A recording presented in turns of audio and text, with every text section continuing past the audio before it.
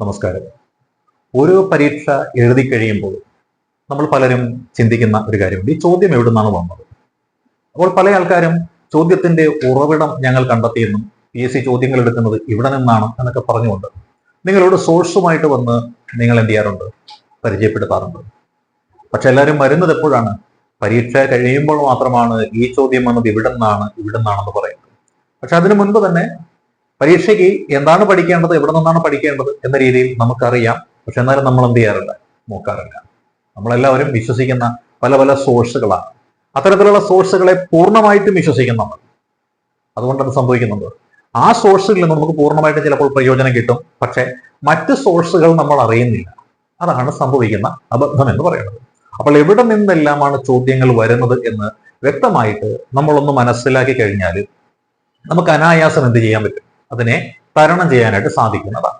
ഇപ്പോൾ എല്ലാവരും പറയുന്ന ഒരു ഏരിയ അല്ലെ, അതായത് 3 അക്ഷരങ്ങളിലാണ് അത് അറിയപ്പെടുന്നത്. PYQ എന്ന് വെച്ചാൽ പ്രീവിയസ് ഇയർ ക്വസ്റ്റ്യൻ എന്നാണ് അത് വിളിക്കുന്നത്. ഒരു കാലത്ത് എന്ന് വെച്ചാൽ ഏകദേശം ഒരു 5 കൊല്ലം മുമ്പ്, 2019 നടന്ന ആ യൂണിവേഴ്സിറ്റി അസിസ്റ്റന്റിന്റെ ആ പരീക്ഷ മുതലാണ് ട്രെൻഡ് മാറിയത്. അതിക്ക് മുൻപ് ഒരു പ്രീവിയസ് ഇയർ ക്വസ്റ്റ്യൻസ് എന്ന് പറഞ്ഞിട്ടുള്ള കാര്യം പഠിച്ചുകൊണ്ട് പോയി കഴിഞ്ഞാൽ ശരാശരി നല്ല മാർക്ക് കിട്ടുമായിരുന്നു. അപ്പൊ PYQ ആണ് PSC എടുക്കണത് എന്ന് പറഞ്ഞുകൊണ്ട് അതിനെ ശരണം ചൊല്ലിക്കൊണ്ട്, അല്ലെങ്കിൽ എന്താണ് PYQ പഠിച്ചാൽ മതി, PSC അങ്ങനെയാണ്, പൊട്ടന്മാരാണ്, പോഴന്മാരാണെന്നൊക്കെ പറഞ്ഞിട്ട് പലരും എന്ത് ചെയ്തു, ആ പറയാൻ തുടങ്ങിയപ്പോൾ എന്ത് ചെയ്തു, അവരുടെ ശൈലിയും രീതിയും ഒക്കെ മാറ്റി നമുക്കറിയാം. എന്നാൽ ഇപ്പോഴും കുറെ ആൾക്കാർ എന്ത് ഇത് നോക്കുന്നുണ്ട്. ഇത് നോക്കുന്നതിൽ തെറ്റില്ല. കാര്യം എന്താ, പ്രീവിയസ് ഇയർ ക്വസ്റ്റ്യൻസ് ചോദിക്കുന്നുണ്ട്, പക്ഷെ 100 ചോദ്യം ചോദിക്കുന്നില്ല. ചോദിക്കുന്നത് എത്ര എന്ന് ചോദിച്ചു കഴിഞ്ഞാൽ ശരാശരി ഒരു 20 മുതൽ 25% ചോദ്യങ്ങൾ എന്ന് പറയുന്നത് പ്രീവിയസ് ഇയർ ക്വസ്റ്റ്യൻസ് തന്നെയാണ്.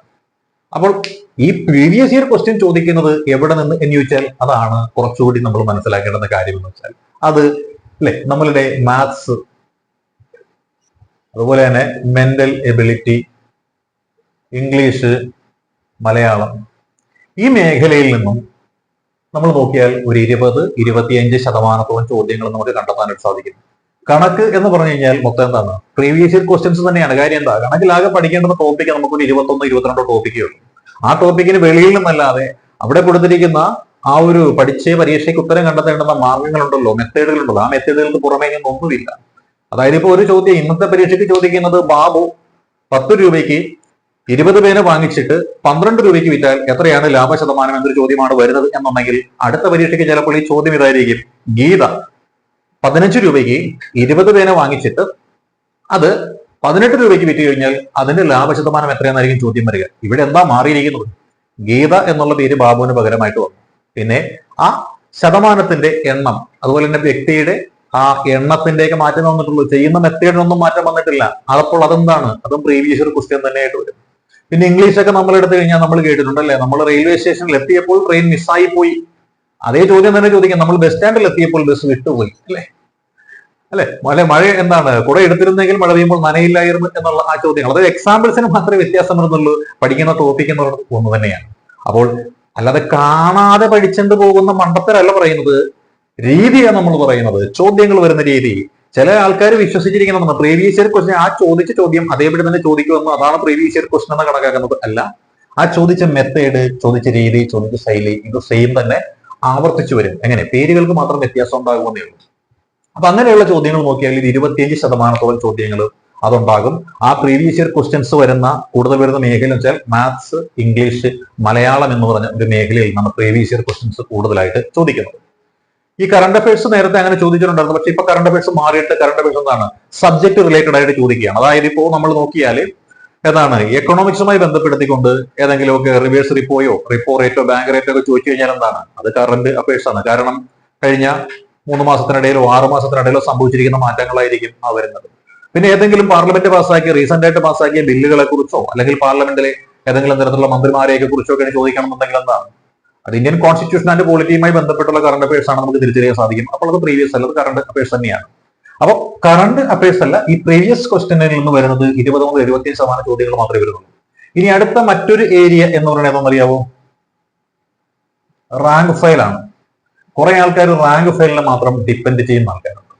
ഈ റാങ്ക് ഫയൽ എന്ന് പറയുന്നത് നേരത്തെ എന്ന് പറയുമ്പോൾ പല സ്ഥാപനങ്ങളും ഒക്കെ എങ്ങനെയായിരുന്നു, റാങ്ക് ഫെയർ തയ്യാറാക്കുന്നത് എങ്ങനെയായിരുന്നു ചോദിച്ചു ചെയ്യുകയാണെന്നുണ്ടെങ്കിൽ അവർ അവിടുന്നും ഇവിടുന്നും ഇവിടെ നിന്നൊക്കെ എടുത്ത് കൂട്ടികളത്തിലും വായിക്കുന്ന ആളുകൾക്ക് ഒരു പോപ്പും മനസ്സിലാകാത്ത രീതിയിൽ അങ്ങനെയുള്ള റാങ്ക് ഫെയറൊക്കെ നമ്മൾ കണ്ടിരുന്നു. അബദ്ധങ്ങളുടെ പഞ്ചാംഗമൊക്കെയായിരുന്നു നമ്മൾ കണ്ടിരുന്നത്, അല്ലെ? ഇപ്പോൾ നടന്ന മാറ്റം വന്നിരിക്കുകയാണ്, അല്ലെ? അപ്പൊ ഞാനും ഒക്കെ ഇതുപോലൊരു 2014-16 കാലഘട്ടങ്ങളിൽ പല പ്രമുഖ സ്ഥാപനങ്ങൾക്കും കണ്ടന്റുകൾ നൽകിയിട്ടുണ്ട്.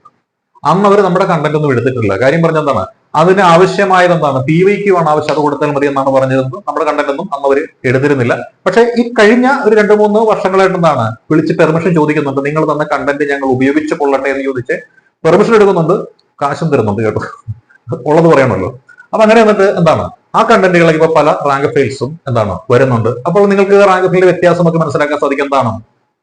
ആ തന്നിരിക്കുന്ന വിഷയവുമായി ബന്ധപ്പെട്ട് റിലേറ്റ് ചെയ്തിട്ട് അതിന്റെ തൊട്ട് അനുബന്ധമായിട്ട് വരുന്ന കാര്യങ്ങളെല്ലാം കൂടി ഓർഡറിൽ വരുന്ന രീതിയിലുള്ള ആ റാങ്ക് ഫയലുകളാണ് ഇപ്പോൾ കൂടുതലും വരുന്നത്. അതുകൊണ്ട് തന്നെ അത് കുറച്ചുകൂടി റിലയബിൾ ആയിട്ട് ഇപ്പോൾ മാറിയിരിക്കുകയാണ്. അപ്പോൾ അങ്ങനെ നോക്കിയാൽ ഈ റാങ്ക് ഫയൽ എന്നുള്ള മേഖല നോക്കുന്ന ആളുകൾക്ക് കിട്ടുന്ന ഒരു മാർക്കുണ്ട്. അത് എത്ര എന്ന് ചോദിച്ചു ചെയ്യുന്നുണ്ടെങ്കിൽ അത് ഏകദേശം ഒരു 35 മുതൽ 40 വരെയുള്ള ചോദ്യങ്ങൾ, 35 മുതൽ 40 വരെയുള്ള ഒരു ചോദ്യങ്ങൾ എന്ന് പറയുന്നത് ഈ റാങ്ക് ഫയൽ മാത്രം പഠിക്കുന്ന ആളുകൾക്ക് കിട്ടുന്ന ചോദ്യങ്ങളാണ്. ഒരു 35 മുതൽ 40 വരെയുള്ള ചോദ്യങ്ങൾ ഇതിനകത്തുനിന്ന് കിട്ടും. ഇനി മറ്റൊരു ഏരിയ തേടി പോകുന്ന ആൾക്കാരുണ്ട്. അവര് പറയുന്നത് ഏതാണെന്നറിയാമോ? ഇവര് പറയുന്നത് അല്ലെ, SCERT എന്ന് പറയുന്ന പാഠപുസ്തകങ്ങൾ എന്ന് പറയുന്ന കാര്യമുണ്ട്. ഈ പാഠപുസ്തകങ്ങൾ നോക്കുന്ന ആളുകൾക്ക് കിട്ടുന്ന കാര്യം എന്ന് വെച്ചാൽ എന്താണെന്നറിയാമോ? ഈ PYQ എന്ന് പറയുന്ന അവിടെ നിന്ന് മിസ്സാവുന്നത്, അല്ലെങ്കിൽ റാങ്ക് ഫയൽ എന്ന് പറയുന്ന അതിൽ നിന്ന് മിസ്സാവുന്നത്, ഇത് പഠിച്ചിട്ടില്ലാത്ത അല്ലെങ്കിൽ ഈ കാര്യങ്ങൾ മാത്രം പഠിച്ചിട്ട് പോകുന്ന ആളുകൾക്ക് ഇത് വായിക്കുന്ന ശീലം കാണില്ല. അപ്പോൾ അത് ഇവിടെ നിന്ന് അവർക്ക് കിട്ടും. അങ്ങനെ കിട്ടുന്നത് എന്ന് വെച്ചാൽ എത്ര കിട്ടും? ഏകദേശം ഒരു 20 മുതൽ 25% വരെ. അപ്പൊ നമ്മൾ നോക്കിയാൽ കൂടിയ ശതമാനം നോക്കി 25, 40, 65, 65, എത്രയാണ്? 90 കിട്ടും. പിന്നെ ലേറ്റസ്റ്റ് ആയിട്ട് 90% വരെ ആയി നമ്മൾ. ഇനി കുറഞ്ഞ ശതമാനം എടുത്തു കഴിഞ്ഞാലോ 20, 30 അല്ലെ, 20, 35 കൂടി 55, 55, 20 എത്രയാണ്? 75. അപ്പോൾ 10 മുതൽ 25% വരെയുള്ള ചോദ്യങ്ങൾ ഇപ്പോഴും പല ആളുകൾക്കും കിട്ടില്ല. പരീക്ഷ ഈസി ആണെങ്കിൽ 90% ചോദ്യങ്ങളും അവർക്ക് കിട്ടും. 10 ചോദ്യങ്ങൾ മാത്രമേ റെയർ ആയിട്ടുള്ളത് ഉണ്ടാവുള്ളൂ. ആ 10% ചോദ്യങ്ങൾ എവിടെ നിന്നാണ് വരുന്നതെന്ന് അവർക്കറിയില്ല. പരീക്ഷ ടഫാണെന്നുണ്ടെങ്കിൽ 75% ചോദ്യങ്ങൾ ഒരു ശരാശരിക്ക് മുകളിലുള്ള ഒരു ഉദ്യോഗാർത്ഥിക്ക് ചെയ്ത് ഉത്തരമെത്തിക്കാൻ പറ്റും. പക്ഷെ 25% ചോദ്യങ്ങളിൽ അവന് തൊടാൻ പറ്റില്ല. അപ്പോൾ അവന് തൊടാൻ പറ്റാത്ത ഒരു ഏരിയ ഉണ്ട്. ആ ഏരിയ ഏതാണ് എന്നാണ് മനസ്സിലാക്കുന്നത്. ആ ഏരിയ പല ആൾക്കാരും പല അധ്യാപകരും നിങ്ങളോട് പറയുന്നത് എന്താണ്? ആ ചോദ്യങ്ങൾ SSC മോഡൽ ചോദ്യങ്ങളാണ്. ആ ചോദ്യങ്ങൾ UPSC മോഡൽ ചോദ്യങ്ങളാണ്. ആ ചോദ്യങ്ങൾ RRB മോഡൽ ചോദ്യങ്ങളാണെന്ന് പറയും. അതല്ലാതെ അതിനപ്പുറം പറയാറില്ല. പക്ഷെ ഈ ചോദ്യങ്ങൾ വരുന്നത് എവിടെ നിന്നാണെന്ന് ചോദിച്ചാൽ അത് ഓതന്റിക് ബുക്സ് ഉണ്ട്, ആധികാരിക ഗ്രന്ഥങ്ങൾ. അതിൽ നിന്ന് തന്നെയാണ് ഈ ചോദ്യങ്ങൾ വരുന്നത്. ആധികാരികമായിട്ടുള്ള പുസ്തകങ്ങളുണ്ട്. വെച്ചാൽ എന്താണ് ഈ ആധികാരിക ഗ്രന്ഥങ്ങൾ എന്ന് ചോദിച്ചാൽ ഈ പറയുന്ന SCERT പാഠപുസ്തകങ്ങൾ തയ്യാറാക്കുമ്പോൾ ഈ പാഠപുസ്തകം തയ്യാറാക്കാനായിട്ടൊരു കമ്മിറ്റിയുണ്ട്.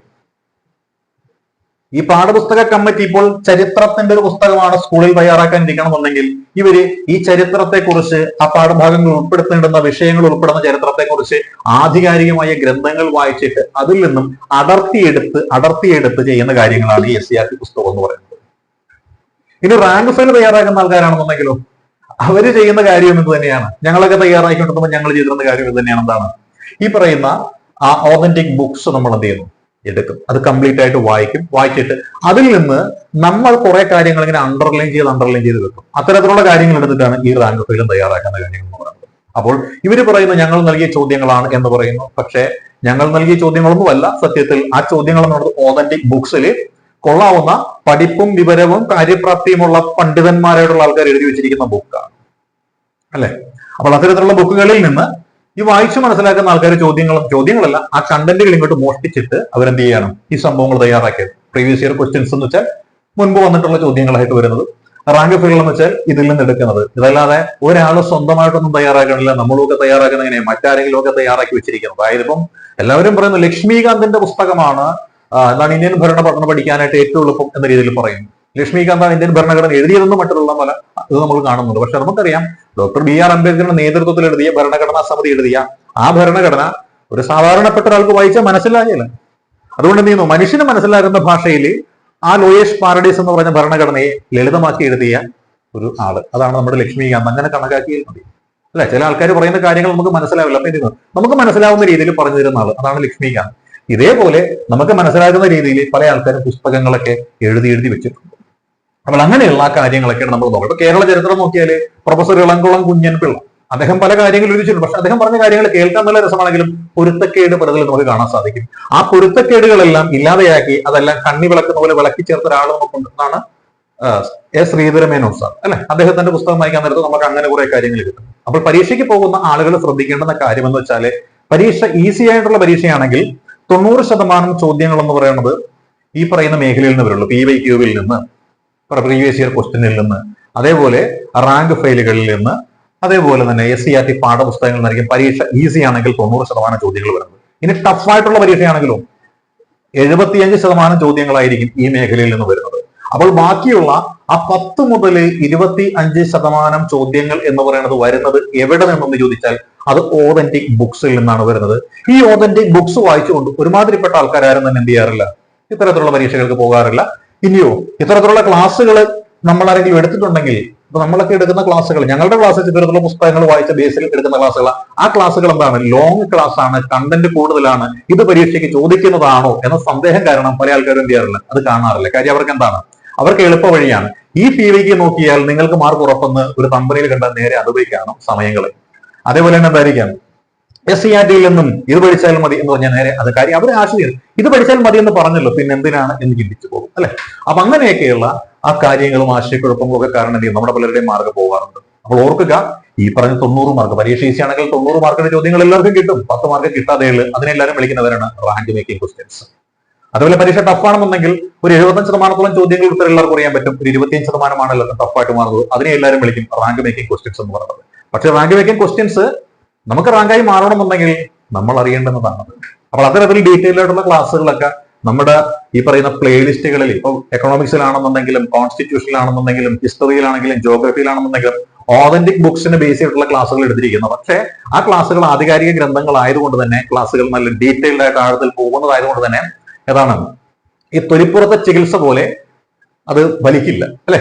തൊലിപ്പുറത്തെ ചികിത്സ നമുക്കറിയാലോ, ഇന്നത് എന്ന് പറഞ്ഞ് കൊടുത്തു കഴിയാൻ നേരത്ത് അവിടെ ആൾക്കാർ വന്ന് കാണും. പക്ഷെ ഇത് അധികം ആൾക്കാർ കാണില്ല. പക്ഷെ കാണുന്ന ആളുകൾക്ക് എന്ത് കിട്ടും, ഈ പറഞ്ഞിട്ടുള്ള ആ 10 മുതൽ 25 മാർക്ക് വരെയുള്ള ആർക്കും കിട്ടാത്ത കണ്ടന്റുകൾ കിട്ടുന്ന സാധനങ്ങളാണ് അത് എന്ന് പറയുന്നത്. അപ്പോൾ ഇനി വരാനിരിക്കുന്ന പരീക്ഷകൾ, ഇപ്പൊ ഇതുവരെ നടന്നു പോട്ടെ, ഇനി വരാനിരിക്കുന്ന പരീക്ഷകൾക്കൊക്കെ അത്തരത്തിലുള്ള ക്ലാസ്സുകളൊക്കെ ഡീറ്റെയിൽ ആയിട്ട് കണ്ടിട്ട് പോയി കഴിഞ്ഞാൽ പ്രയോജനം ലഭിക്കും. എന്റെ ക്ലാസ് കാണാനല്ല പറയണത്, അതേപോലുള്ള ഡീറ്റെയിൽ ആയിട്ടുള്ള ക്ലാസ്സുകൾ നൽകുന്ന ചാനലുകളോ അല്ലെങ്കിൽ അതേപോലുള്ള അധ്യാപകരെയൊക്കെ പരിചയമുണ്ടെങ്കിൽ അവരോട് കാര്യങ്ങളൊക്കെ ചോദിച്ച് മനസ്സിലാക്കി പഠിച്ചു കഴിഞ്ഞാൽ ഈ PYQവിനും അതേപോലെ SCERTക്കും റാങ്ക് ഫെയിലിനും പുറകെ നമ്മൾ ഇൻവെസ്റ്റ് ചെയ്യുന്ന സമയത്തിന്റെ പകുതി സമയം മതി ഈ പറയുന്ന റാങ്ക് മേക്കിംഗ് ആയിട്ടുള്ള കാര്യങ്ങൾ പഠിച്ചെടുക്കാൻ. അപ്പോൾ പരീക്ഷയ്ക്ക് തയ്യാറെടുക്കുന്ന എല്ലാവർക്കും ഒരിക്കൽ കൂടി ആശംസകൾ നേർന്നു നിർത്തുന്നു. All the best.